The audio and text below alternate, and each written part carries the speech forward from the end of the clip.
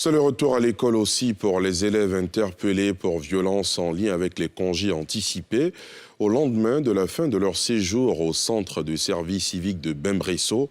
Ils ont réintégré leurs établissements. Ce lundi, l'une de nos équipes s'est rendue à Boasso, chef-lieu de région du Sud Comoé, qui compte le plus grand nombre d'élèves reçus en redressement à Bembresso. Un reportage de Thiemé Dandje et Mathurin Badé.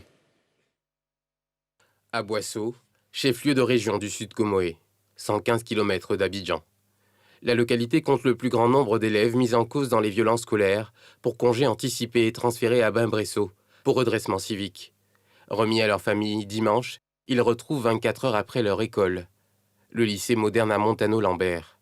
À notre arrivée, les élèves de terminale concernés par le système de double vacation n'ont pas encore fait leur entrée. Seuls ceux du premier cycle sont en classe. Parmi ces élèves, un seul de retour du séjour de Bembresso. Dans la classe de ce pensionnaire, dont nous gardons l'identité, l'heure est au calcul de la moyenne du premier trimestre. 12, 25, 8, 75.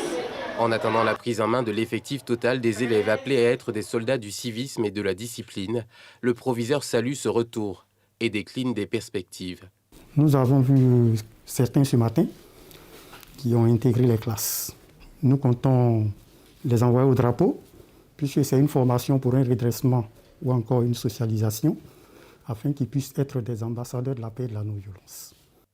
Les parents, eux, retrouvent le sourire. C'est le cas de ces trentenaires de retour de l'école pour constater la présence de son fils.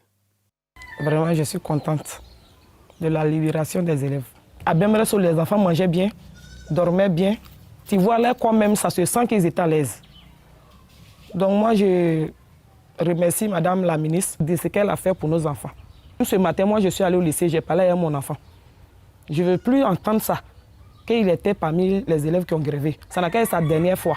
Le ministre en charge du service civique dévoilait hier, dimanche, des résultats des séances d'écoute et de tests psychologiques, mettant en exergue des défaillances du système éducatif.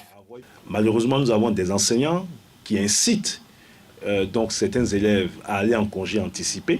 Certains élèves qui nous ont fait savoir qu'ils veulent aller en congé anticipé parce que généralement, vers donc, la fin des semestres ou des trimestres, certains enseignants mettent la plupart des devoirs donc, en fin de trimestre avant les vacances et on les oblige à payer des polycopies pour préparer donc ces devoirs-là.